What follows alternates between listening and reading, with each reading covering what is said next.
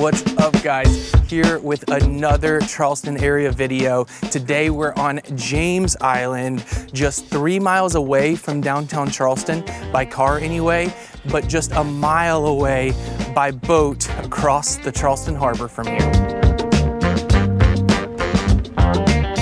I'm Trey Besant of the Besant Group here in Charleston, showing you all around the Charleston area, along with its neighborhoods and some of my favorite local spots. So make sure to like, subscribe, and tap the bell to be notified when our future videos become available. And feel free to contact me anytime if you ever have any questions about the area or you want to tour this area in person to see what all it offers. Charleston is made up of 6 distinct areas: the Charleston Peninsula, West Ashley, Johns Island, Daniel Island, and the area we're covering in today's video, James Island. JI has some of the most unique history in the Charleston area. Named for King James II of England upon the settlers discovering the area in the late 1600s, many battles were fought here on James Island thereafter. In fact, the first shots of the American Revolution were fired from Fort Johnson here, just a few blocks from where we are right now.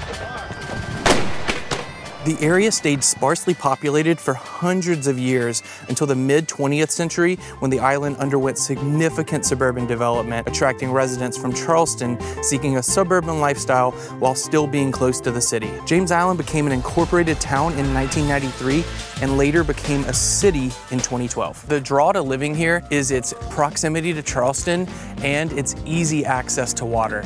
But it wasn't always easy to access by car. The only access used to be on the Wapoo River Bridge, and coming from downtown, you'd have to take 17 across the Ashley River bridges, then over to the Wapoo Bridge to access the island. Even when this town was a lot smaller than it is right now, there was always congestion. The addition of the James Island Connector helped things tremendously with a much more convenient, fast-moving access to the island. Some of the city is right on the Intercoastal Waterway, which runs all up and down the East Coast from New York down to Florida. About 11 years ago, right after I graduated the College of Charleston, I went with a group of buddies on a sailing venture from here to Miami. We hopped on the ICW at various points to make the sail a bit easier, stopping in Savannah, New Smyrna Beach, Cocoa Beach, and Fort Lauderdale. A trip I'd surely recommend if you get the opportunity. If you do have a boat, there's a couple public boat landings, one under the Wapoo Bridge and another at the Folly River boat landing closer to Folly Beach.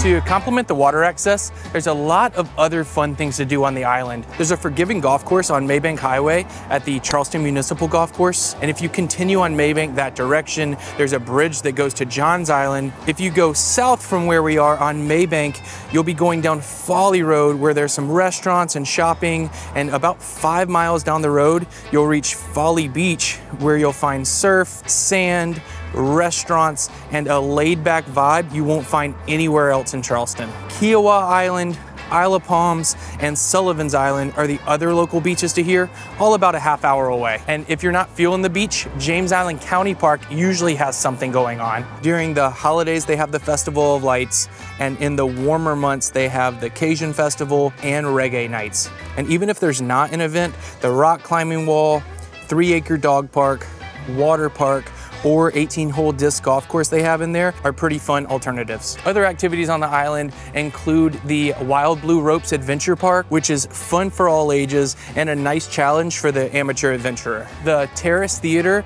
is the local movie theater here right behind us. And if you're a music fan, right across the road is the Pour House with a nice selection of different genres of music. And food-wise, it's Charleston, so of course there's a notable culinary scene. Places like Edison for American cuisine, Gilly Seafood and Ellis Creek Fish Camp for the local catches. There's some really tasty brunch spots at Miller's All Day and Dills and Camp Sundries. Some other family restaurants worth noting are Bohemian Bull and Mondo's. And make sure to comment below if there's any other places that I didn't mention that you'd suggest going to on the island. For my fellow brewery dwellers, there's only one on the island right now at Fam's Brewery, which actually has some good pizza for the South anyway. Then you have the barrel that doesn't brew anything, but has 33 local and regional craft brews. And it has a dog-friendly, fenced-in outdoor area with a great view that's a popular place to visit. And for your other brewery options,